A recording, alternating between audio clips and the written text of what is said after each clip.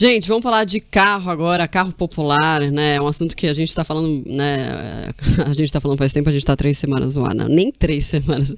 É que é o que eu falei, né? Parece que faz um ano já que tá aqui. Mas assim, esse assunto é um assunto que o governo Lula já falava sobre isso desde a época da campanha, de tentar baratear o preço dos carros, de ter o preço de carro popular. Mesmo que o carro popular, que não é popular, a parte aí de 70 mil, se você conseguir baixar 20 mil por 50 mil, ainda é um carro muito caro, né? Se você for imaginar. Carro popular de 60 mil, é uma loucura, né? Que isso? Carro popular no Brasil. E aí o governo, então, está preparando uma medida provisória para tentar reduzir vários impostos para as montadoras e que pode baratear o preço dos carros populares em até 11%. Então, já que tem um carro de 70 mil, ele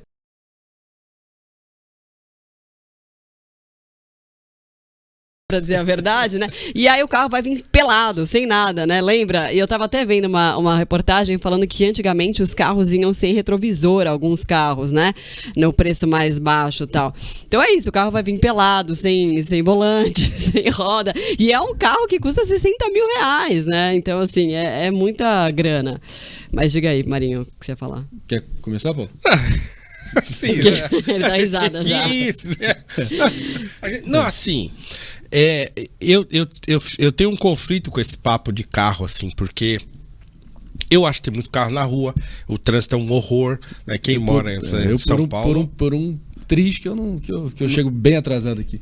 Então assim, a gente sabe que o trânsito tá terrível, ninguém aguenta mais tanto carro na rua, tal. Por outro lado, recentemente eu fiquei sem carro por um tempo assim, alguns meses, e eu falei, tá bom, então vou agora experimentar o que é ficar sem carro por um tempo.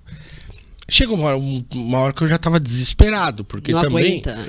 E porque assim, em São Paulo, assim, tô falando de São Paulo, né? Então, quem mora em cidade de interior e tal, é outra dinâmica. Mas em São Paulo, assim, eu moro na periferia. Então, tudo é distante. Então, se eu quero ir pro centro de São Paulo, então, eu tenho que pegar um ônibus, tenho que pegar um metrô. E aí toda a dinâmica muda. E toda a dificuldade, né? E a situação que a gente sabe do transporte público. Não, eu posso pegar um carro de aplicativo. Aí você pede o carro de aplicativo, cancela, você não pode... Aí e é uma grana, né? É uma grana, é um drama. Então, assim... Não que o carro não seja, né? A gente tá só comparando os meios de transporte. E comparando assim, o carro traz essa comodidade, né? Então, de você poder... Você sai, então, já de ter a opção de... Já teve casos de eu estar lá em casa e falar, não, hoje eu vou de aplicativo. E aí eu tô lá tentando pedir, não vem. Eu peguei meu carro e fui. Né? Então, numa cidade como São Paulo, que é uma cidade grande, que é uma cidade que as coisas estão concentradas num lugar só, né? Então, a maioria das coisas que a gente precisa, cultura, lazer e tal, tá tudo longe da gente. Então, pra quem mora no centro, por exemplo, é bom. Se eu moro nos Jardins, pra mim é bom não ter carro, tudo bem, eu vou aqui, eu faço tudo a pé, faço de bicicleta e tal, legal. Mas pra quem mora nas periferias, é muito difícil você depender do transporte público no Brasil, né? E em São Paulo especialmente pelo tamanho, né?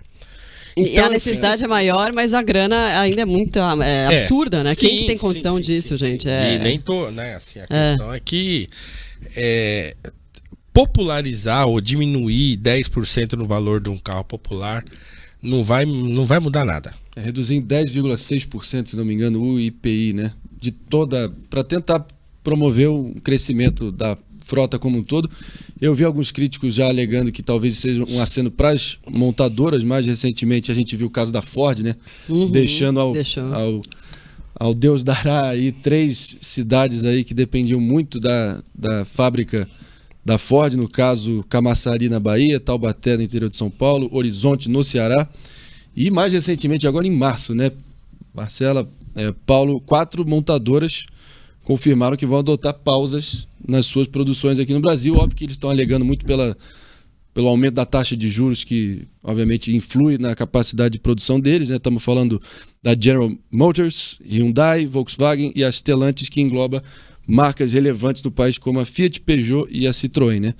Então, eu acho que desde o Juscelino Kubitschek que há tentativas sucessivas de incentivo à indústria automobilística e o custo é proibitivo, né? Você colocar tudo bem que talvez fazer algo é melhor do que não fazer nada. Mas será que isso é verdade? Porque a Dilma tentou fazer a mesma coisa e acabou dando com os burros na água e todo o custo acabou se elevando depois. Bolsonaro recentemente ali na antivéspera do pleito, ele também fez no meio todo aquele pacote de bondades econômicas que ele fez quando ali a eleição estava se avizinhando, né? Ele reduziu o IPI só para os taxistas, né? Eu lembro que eu ando muito de táxi aqui em São Paulo. Nada contra os aplicativos, mas eu sou um cara fiel aos taxistas. Você é um senhor. Sou senhor. Eu gosto de táxi. Sem contar que você... os táxis estão nos aplicativos. Estão nos aplicativos, lógico. Não, claro, são dinâmicas diferentes, eu entendi. Mas é a famosa sabedoria popular, né? Aquela sabedoria subjacente do povo, famoso chavão, né? O povo não é bobo. Eu peguei uns 2, 3 taxistas que naquela época conseguiam farejar a intenção claramente eleitoreira do governo Bolsonaro naquela medida. E, obviamente, o governo Lula, que está querendo trazer estabilidade, né? Esse é um conceito muito explorado pelo André Singer. Você já ouviu falar dele? É um filósofo lulista, petista. Que eu lembro na faculdade, na aula de primeiro período de Direito, né? Que o meu professor de História deu um texto dele explicando o fenômeno do lulismo e como ele chegou ao poder.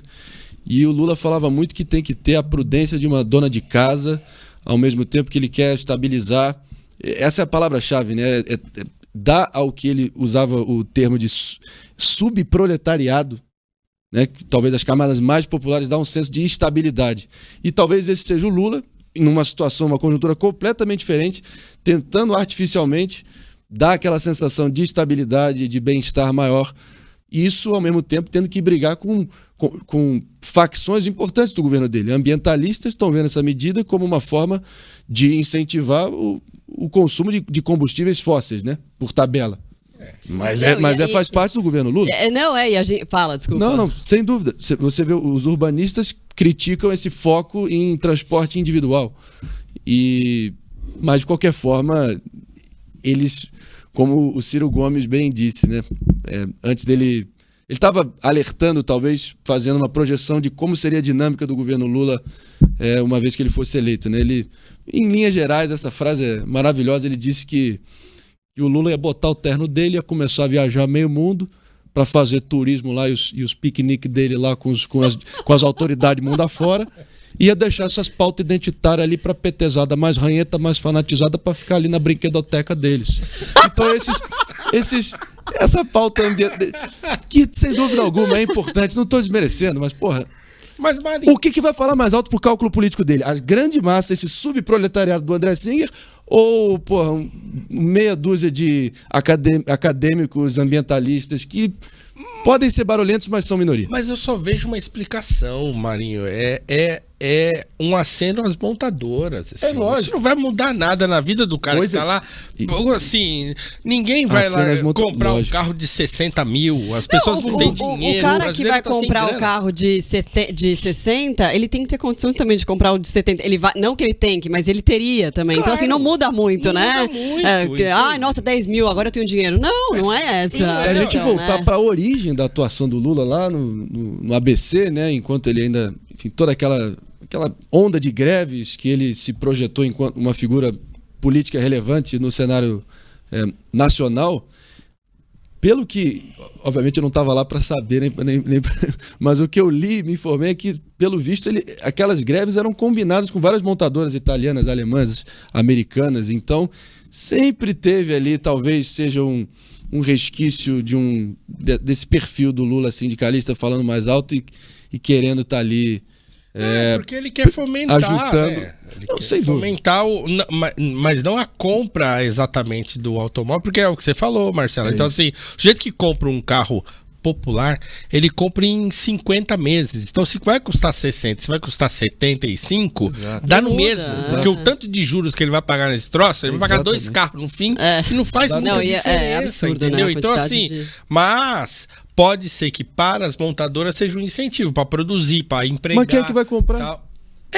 Com a grande massa e ao relento, sem um teto para poder, enfim. Mas você sabe que aí eles dão um jeito. As pessoas não estão conseguindo pagar nem aluguel, cara. Vende frota pro próprio governo. O índice de correção do aluguel recente, meu Deus do céu, também é uma coisa proibitiva. O pessoal tá se divertindo aqui com as suas imitações espontâneas. No meio do papo ele solta.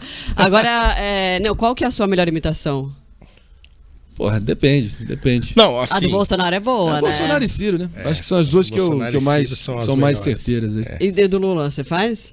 Olha só, nunca antes na história desse país houve tanta desinformação. Vocês colocaram esse boneco Kim da Barbie aqui pra falar essa asneira. Porra. Eu conheço Ô, Igor. Ô, Igor. Esse cara. Ô, Igor. Esse melhora aí o teu casting, porra. O Marinho também conhece o melhor imitador do Lula do Brasil, que é o nosso amigo Guilherme Macalossi. Ele imita o Lula bem? O Olavo de Carvalho dele é sensacional. Mas também. Ora, porra. Agora, o Ciro e o Bolsonaro. Ciro, Bolsonaro, Trump, Dória. Não, o do Bolsonaro. Se diverte. O Trump. Vai, o Trump. Eu nunca ouvi ele. Vai virar show do Marinho. Eu gostei. Trump é bom e em inglês ainda. Well, what I can tell you is I will win again in 2024. It's going to be a beautiful thing. You watch. Marcela Rehal, phenomenal journalist. She's fake news, believe me, totally fake. Paulo, phenomenal guy, special person. Ai, gente, maravilhoso. Já o João Dória ficaria te elogiando por 10 minutos e perdendo o tempo da audiência. Você, Marcela Rehal, que é uma jornalista arrojada, destemida, inovadora, com as melhores práticas, você que está sempre na dianteira da informação, você que é coração, você que realmente representa o melhor do jornalismo brasileiro, com brio, com atenção, com sensibilidade. E por aí vai. Cara, né, olha, eu cobri muito o Palácio dos Bandeirantes. Vai. Na época, no início... É uma rasgação de seda assim. Não, é maravilhoso. No início da pandemia, eu cobri muito o Palácio dos Bandeirantes, porque eles faziam coletiva todos os dias, né? Pra falar das medidas, não sei o quê. E claro, também... No auge da pandemia, você disse? No comecinho, bem no comecinho. No comecinho da pandemia, eles faziam coletiva todos os dias. E era sempre esse discurso. Eu reputo que foi aí que foi o começo do fim dele.